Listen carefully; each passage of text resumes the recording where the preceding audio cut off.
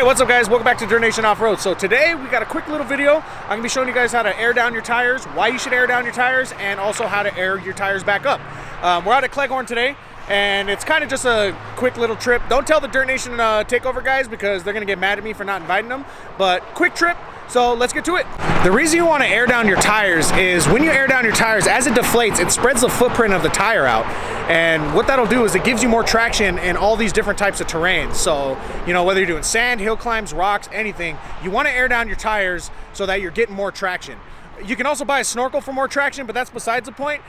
First step is airing down your tires, obviously. And then another good thing about airing down your tires is it creates a more comfortable ride. Because the tires are more deflated, it helps the suspension with soaking up bumps. So as you're traveling up the hill, you know, for like Cleghorn over here, there's a lot of bumps and stuff.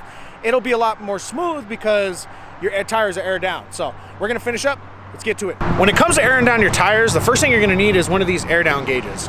So what it has is, I'll kind of explain it in a little more detail, but it has this nozzle on the front which you screw onto the actual gauge to take your air out, and then it has this gauge on here to tell you how much the pressure is. Okay, so once you screw this on here, you want to make sure that the nozzle, that this part is closed, so you make sure it's pushed in, and then what you do is you turn this counterclockwise, and what that does is that takes off the nozzle inside here so you can let the air out. So you start taking this off. Once you screw it off there pretty good, you open it and then you press that out, and now your air's coming out. So to check the air, what you do is you close it again, and then you'll look at the gauge. So right now I'm at still 39, so I'm gonna keep airing down.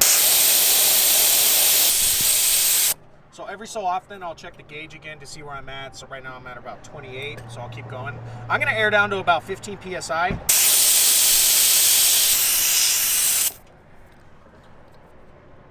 So I'm at about where I want to right there. That's 16 PSI or 15 and a half. So I'm gonna finish up right there. So to close it up, you're gonna do the same thing. You're gonna push this in, and you're gonna start screwing it clockwise now to where it gets tight. So you want it tight on there so that you're not letting any air out, and then you'll twist this part right here to take it off. There it is, that's one tire aired down. I'm gonna take care of the rest of these four. I typically air down to between 15 and 20 PSI. And that's because, you know, when you have load E range tires, now there's different loads for how thick your sidewall is. If you have load E, that's really thick sidewalls, you can air down to like 10, 15 PSI without beadlocks, and you'll be okay. So I usually air down to around 15 PSI. The tires are pretty deflated and they're really grippy at that point. So I'm gonna get the rest of these aired down, and then once we finish our little Cleghorn trip, we'll come back and I'll show you how to air up. Cool, thank you guys. 2,000 years later. We're done off-roading for the day. We're gonna get our tires aired up. So I'm gonna show you a quick tutorial on that. So first you're gonna wanna have yourself an air compressor. What I have here is the Viair 88P. This thing is bulletproof, not gonna lie. It's tiny, it doesn't air up the tires that fast, but I'm not gonna lie, check out the hair. I'm not gonna lie, this air compressor it could take a beating. Like, I've dropped this thing multiple times. The switch doesn't even work, it's just on all the time. So every time I plug it into the battery, it just stays on. But I mean, I air up my tires, I air up other people's tires when I go on group runs, and this thing does great. So 88P Viair, I'm gonna link it below. I got mine from Off-Road Warehouse. I'll put the link to that so you guys can check it out. So let's get these tires aired up and I'll show you how to do it. This Viair 88P shindig, it hooks up to your battery. So positive, negative, we're gonna go hook it up. So it's not supposed to turn on, but mine, the switch is broken. This thing just kind of screws on there, so you just screw it on.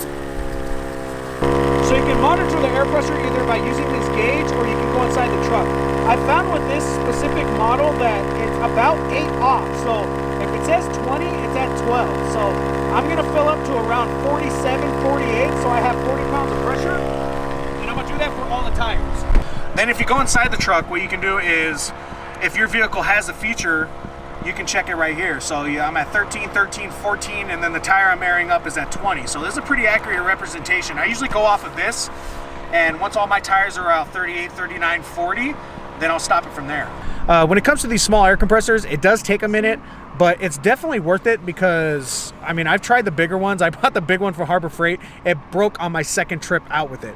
Returned it, and then I just went back to the one that I've been using because it's bulletproof. I mean, it hasn't broken yet. It's been working on every trip.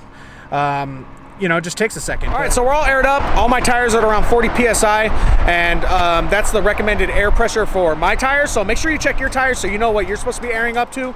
And then, you know, just what we learned from the video is make sure you have an air down gauge, make sure you have an air compressor, so that when you're off-roading, you can make it a little more fun, a little more comfortable. You can do a little bit more extreme things because you're air down. Thanks for watching the video, guys. Look forward to more like tutorial videos like this in the future from us.